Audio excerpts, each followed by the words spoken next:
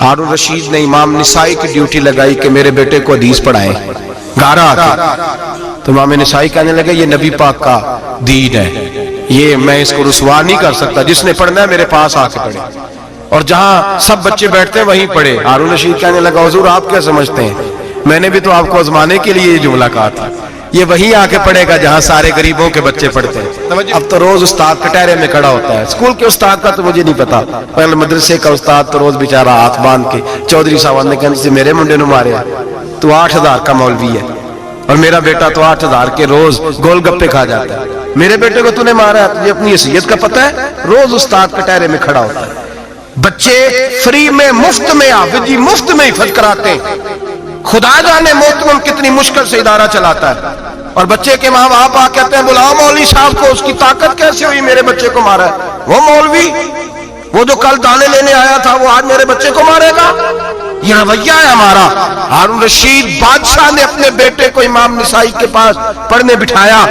एक दिन हजरत कहाँ लोग कहते बस बस बेटे ठीक है, सीधा सीधा तू दीन सीख के आया, ऐसे किसी दरवेश का मुरीद होना और किसी आलिम की नौकरी करना, अब तू बिल्कुल ठीक है, पीर असा भी रखे ने, ये क्या तेरा तरीका है? तू तो पीछे लग गया है, ये किस तरह का तेरा रवैया है? हारून रशीद बादशाह, हारून रशीद वक्त का मुतले कुल इनाम बादशाह, इमाम निसाई उनके बेटे के उस्ताद हैं। इमाम निसाई रहमतुल्लाह अलैह के पास बेटा पढ़ता है। हारून रशीद गुजर रहा था तो बेटा वुजू करा रहा है, शहजादा वुजू करा रहा है उस्ताद जी को और पैर धुला रहा है। हारून रशीद घोड़े से गुजरा तो उसने देखा खानका के बाहर मदरसे के बाहर उस्ताद जी वुजू कर रहे हैं और बेटा वुजू करा रहा है, सुराही पकड़ी है, लोटा पकड़ा है, उस्ताद जी पैर धो रहे हैं। हारून रशीद गुस्से से उतरा, साथ बहुत सारे सिपाही थे, उन्होंने कहा कि ये मौलवी को मारेगा, मौलवी को मारेगा कि तू किस तरह मेरे बेटे से ये काम काज करा रहा है। कहते नीचे उतरे और हारून रशीद ने जाके ना जोर से एक थप्पड़ अपने बेटे के चेहरे पे मारा।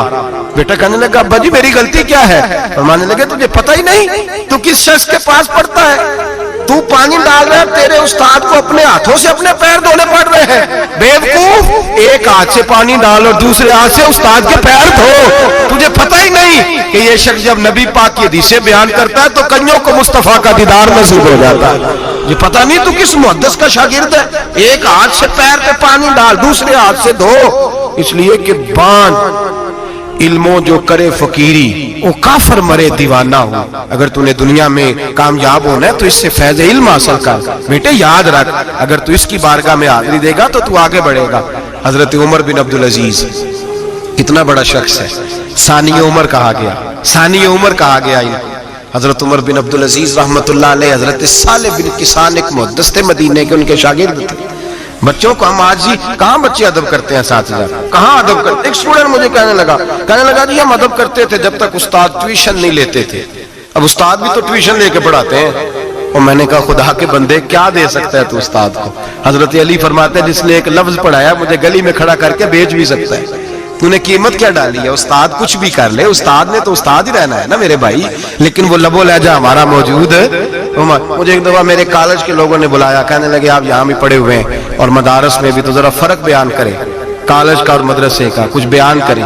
मेरे टीचर्स भी थे बहुत सारे, तो मैंने कहा माजरत के साथ यहाँ तो बड़ा मुश्किल हो जाएगा बात करना, लेकिन एक जुमला मैंने मदरसे और कॉलेज में एक फर्क महसूस किया है।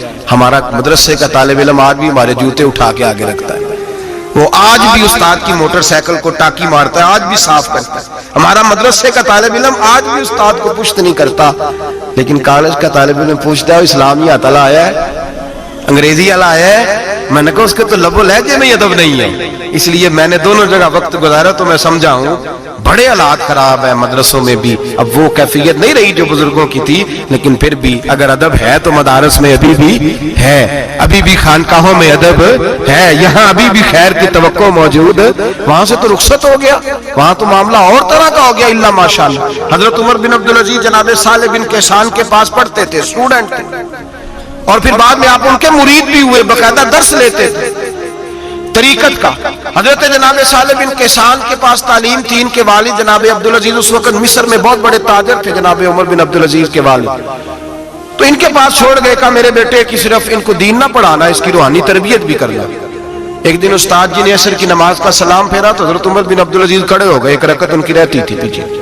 तो आपने नमाज के बाद बुलाया और बड़े میٹھے لبو لہجے میں کہا عمر کیا بات ہے تیری ایک رکعت رہ گئی؟ تو کہنے لگے استاد جی میں کنگھی کر رہا تھا، شیشے کے آگے کھڑا تھا، تو آئینہ دیکھتے دیکھتے بال سوارتے سوارتے مجھے پتہ ہی نہیں چلا، جب آیا ہوں تو لیٹ ہو گیا۔ حضرت صالح بن کیسان رحمت اللہ علیہ نے ان کے والد کو مصر میں خط لکھا، فرمایا آپ کا بیٹا میری پوری فرما برداری نہیں کرتا، کل کو مجھے نہ کہنا تربیت صحیح نہیں ہوئی۔ آج فلاں تاریخ کو اس نے ایک رکعت پوری چھوڑ دی ہے جماعت کے ساتھ، اس لیے کہ وہ کنگھی کر رہا تھا بالوں کی، پوری رکعت چھوڑ دی ہے۔ ابا جی بہت بڑے تاجر تھے پر انہوں نے یہ نہیں کہا کہ مولوی تو پاگل ہو گیا، اس کو تو پتہ ہی نہیں کیا ہو گیا، ابھی بچہ ہو جائے گا سیانا، کوئی بات نہیں ٹھیک ہو جائے گا۔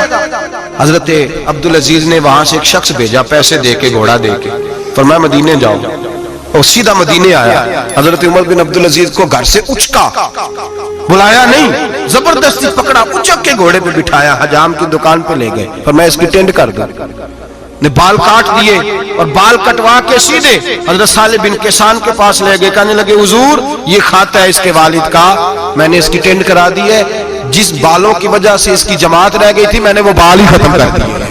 تو اس کے والد کہتے ہیں آپ ذرا ذرا سے بھی بات، ایک ذرہ برابر بھی بچے کے اندر ہم کوتاہی برداشت، ہم اسے سنوارنا چاہتے ہیں، معاشرے کو دینا چاہتے ہیں، ہم ایک خوبصورت انسان بنانا چاہتے ہیں۔ تو حضرت لقمان کہنے لگے بیٹے تو چہرہ رخسار بدل بدل کے لوگوں سے بات نہ کر، اکڑ کے نہ چل، اس لیے کہ اللہ کو اکڑنے والے پسند، تو کیا کر وقصد فی مشی کا وغضض من صوتک، درمیانی چال چل، آواز کو پست رکھ۔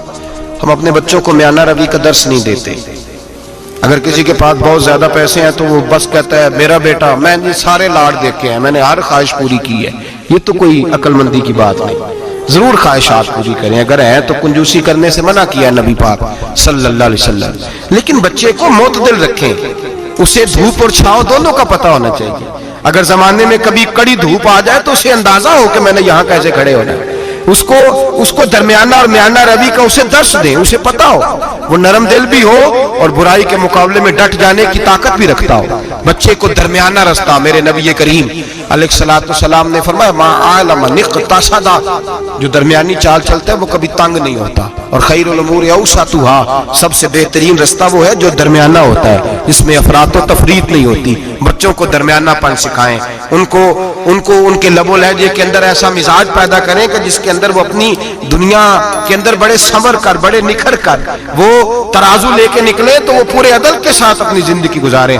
اور فرمایا وغضض من صوتک، آواز کو پست رکھ، چلا چلا کے نہ کبھی بچوں سے بات کریں اور نہ کبھی بچوں کی بات سنیں۔ بچوں کے لب و لہجے میں ٹھہراؤ ہونا چاہیے، ان کی آواز کا بھی ادب ہے، ان کی آواز، ان کو بولنے کا بھی ڈھب سکھائیں، ان کو بتلائیں کہ تم نے گفتگو کیسے کرنی ہے۔ اس لیے ارشاد فرمایا ان انکر الاصوات لصوت الحمیر، بے شک سب سے بری آواز گدھے کی آواز ہے۔ اللہ سمجھنے کی توفیق عطا فرمائے۔ آخر دعوانا